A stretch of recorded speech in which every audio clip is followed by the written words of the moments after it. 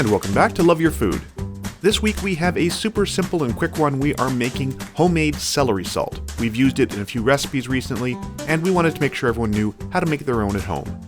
We'd also like to remind everyone, we have an affiliate with Chef's Temp, so if you need a kitchen thermometer or a meat thermometer, go check out the link in the description below, and if you use code LOVEYOURFOOD on checkout, you'll get 15% off your order. But now, on with the ingredients. Really simple this time. We have this beautiful celery. This is Ontario pink celery. And some coarse sea salt.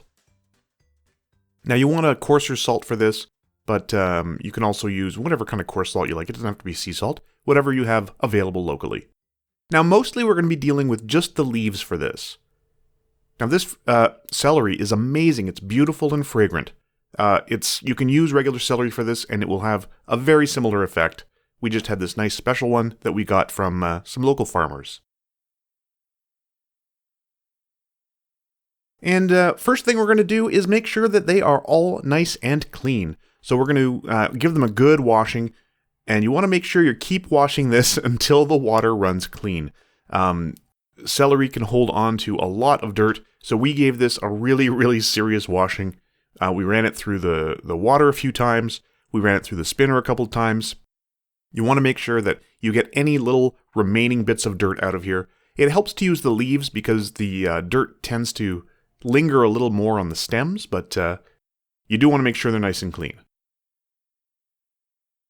So give them a nice good washing, and then once you've spun them and you've gotten all the excess water off as much as you can through the spinner, after this we're going to actually wrap it up in a towel to make sure we get any additional water out. We want to keep it as dry as we can going into the salt. The salt's going to make it dry over time anyway, but you don't want to add more moisture than you have to.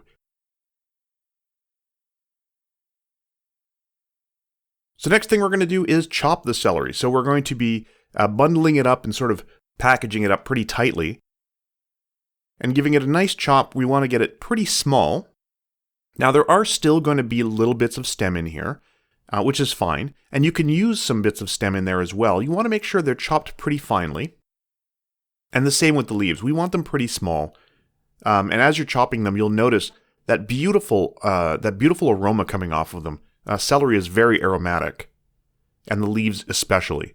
So we're just going to make this nice and small before we start measuring exactly how much we have so that we can add the appropriate amount of salt. So there we go. We've measured our bowl, first of all, so that will make it easier to figure out exactly how much celery we have. So here's all of our celery. If you have a couple of larger pieces in there, that's fine. It helps if your knife is super, super sharp. And there we go. So that's the total amount, the bowl and the celery. So we can clear that off and we know how much celery we have. And then we can start adding salt. So we're just going to keep adding salt to this until it seems like enough. Now we're going to have proportions and everything in the description below.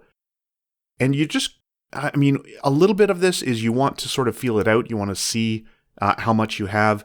And remember, as this ages, like as it sits and becomes celery salt, the celery itself is going to get smaller. It's going to shrink. It's going to dry out. That flavor, that aroma is going to sort of infuse through the whole thing. And the salt is going to take on that celery aroma. So here we go. We're getting everything stirred together. We keep adding salt until you feel like it's enough. We actually ran out of the coarse salt. We added a little tiny bit of just regular diamond crystal kosher salt. Make sure there's no big clumps of salt or anything in there. And then once you've got the right proportions or it seems right to you, it's time to put these into jars. Now, celery salt will last for a long time. So these will just go in jars. You don't need to do special canning for this or anything like that. You're putting them in salt. Nothing can live in there. They're not going to go bad. They're going to dry out. But this will stay good for a long, long, long time. At room temperature, you can just leave this out. You can put it on your shelf and use it when you need it. So out of that amount, we got one big jar, one small jar. And here's an old one. This one is over a year old. And you can see a lot of the color is gone. Those little bits of celery have dried out completely. But it's still good, and it's got that amazing celery aroma to it. So these will stay good on your shelf for a long, long, long, long time. And that's it. That's the whole thing. And, you know, use these anywhere where you would use celery salt. They make great for Caesars and Bloody Marys for sure. And you can use them to spice up recipes that you want to use a little bit more than just salt. If you like this recipe, please do like and subscribe. And if you have any recipes you'd like to see Chef Caleb try on the channel, please let us know in the comments below.